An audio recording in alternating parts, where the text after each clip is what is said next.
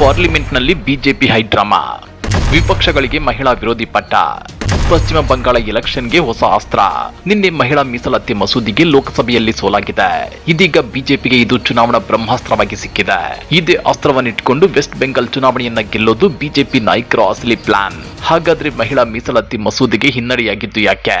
ಈ ಮಸೂದೆಯ ಮೂಲಕ ಬಿಜೆಪಿ ಜಾರಿಗೆ ತರಲು ಪ್ರಯತ್ನಿಸಿದ್ದೇನು ಅಂದ್ರ ಅದನ್ನ ಡೀಟೇಲ್ ಆಗಿ ತೋರಿಸ್ತೇವೆ. ಆದ್ರೆ ಅದಕ್ಕಿಂತ ಮೊದಲು ಹಲೋ ಕನ್ನಡ ಯೂಟ್ಯೂಬ್ ಚಾನಲ್ ಅನ್ನ ಸಬ್ಸ್ಕ್ರೈಬ್ ಮಾಡ್ಕೊಳ್ಳಿ. ಹಾಗೇನೆ ಪಕ್ಕದಲ್ಲಿರೋ ಬೆಲ್ ಬಟನ್ ಅನ್ನು ಪ್ರೆಸ್ ಮಾಡಿ. Drama, high drama. ನಿನ್ನೆ ಪಾರ್ಲಿಮೆಂಟ್ನಲ್ಲಿ ಹೈಡ್ರಾಮಾನೇ ನಡೆದು ಹೋಗಿದೆ. ಬಿಜೆಪಿ ನಾಯಕರು ಭಾರತ್ ಮಾತಾ ಕಿ ಜೈ ಅಂತಾರೆ. ಆದ್ರೆ ಪಾರ್ಲಿಮೆಂಟ್ನಲ್ಲಿ ಬಹುಮತ ಇದ್ರೂ ಕೇಂದ್ರ ಸರ್ಕಾರ ಮಹಿಳಾ ಮೀಸಲಾತಿ ಬಿಲ್ ಅನ್ನ ಪಾಸ್ ಮಾಡಿಸಿಕೊಳ್ಳಲು ಸಾಧ್ಯವಾಗಿಲ್ಲ. ಯಾಕಂದ್ರೆ ಮಸೂದೆಯ ಪರವಾಗಿ 298 ಸದಸ್ಯರು ಮತ ಚಲಾಯಿಸಿದ್ರೆ ಮಸೂದೆಗಳ ವಿರುದ್ಧವಾಗಿ 230 ಸದಸ್ಯರು ಮತ ಚಲಾಯಿಸಿದ್ದಾರೆ. ಒಟ್ಟಾರೆ 528 ಸದಸ್ಯರು ಮತ ಚಲಾಯಿಸಿದ್ರು. ಮಸೂದೆಗಳು ಅಂಗೀಕಾರಗೊಳ್ಳಲು 352 ಸದಸ್ಯರ ಬೆಂಬಲ ಬೇಕಿತ್ತು.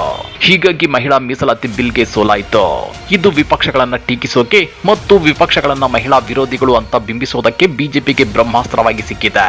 ಇದೇ ವಿಚಾರವಾಗಿ ರಿಯಾಕ್ಟ್ ಮಾಡಿರೋ ಕೇಂದ್ರ ಗೃಹ ಸಚಿವ ಅಮಿತ್ ಶಾ, ಮಹಿಳೆಯರಿಗೆ 33% ಮೀಸಲಾತಿ ನೀಡುವ ಮಸೂದೆಯನ್ನು ತಿರಸ್ಕರಿಸುವುದು, ಅದನ್ನ ಸಂಭ್ರಮಿಸಿ ವಿಜಯೋತ್ಸವ ಕೂಗುವುದು ನಿಜಕ್ಕೂ ಖಂಡನೀಯ ಮತ್ತು ಕಲ್ಪನೆಗೂ ಮೀರಿದ ಕೃತ್ಯ ಅಂತೇಳಿ ಕಿಡಿಕಾರಿದ್ದಾರೆ.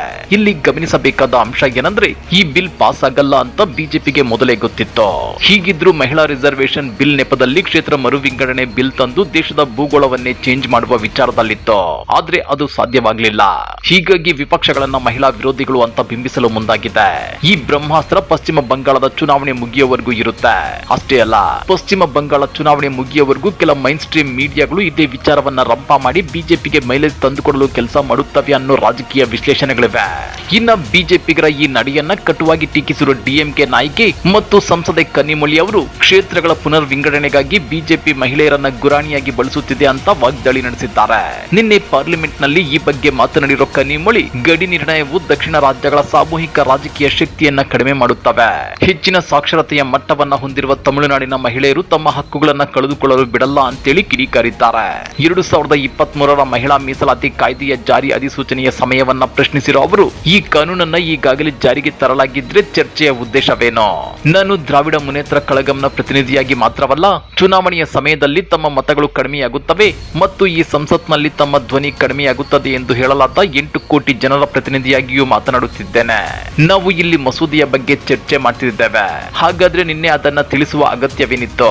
ಈ ಸದನದ ಬಗ್ಗೆ ನಿಮಗೆ ಗೌರವವೇನೋ? ಈ 3 ಮಸೂದೆಗಳು ಮಹಿಳೆಯರಿಗೆ ಮೀಸಲಾತಿಯನ್ನ ಬೆಂಬಲಿಸುತ್ತವೆ ಎಂಬಂತೆ ಮರೆಮಾಚಲ್ಪಟ್ಟಿವೆ. ಇದು ಒಕ್ಕೂಟ ರಚನೆಯ ಮೇಲಿನ ಅತಿ ದೊಡ್ಡ ದಾಳಿ ಅಂತೇಳಿ ಆಕ್ರೋಶ ವ್ಯಕ್ತಪಡಿಸಿದ್ದಾರೆ.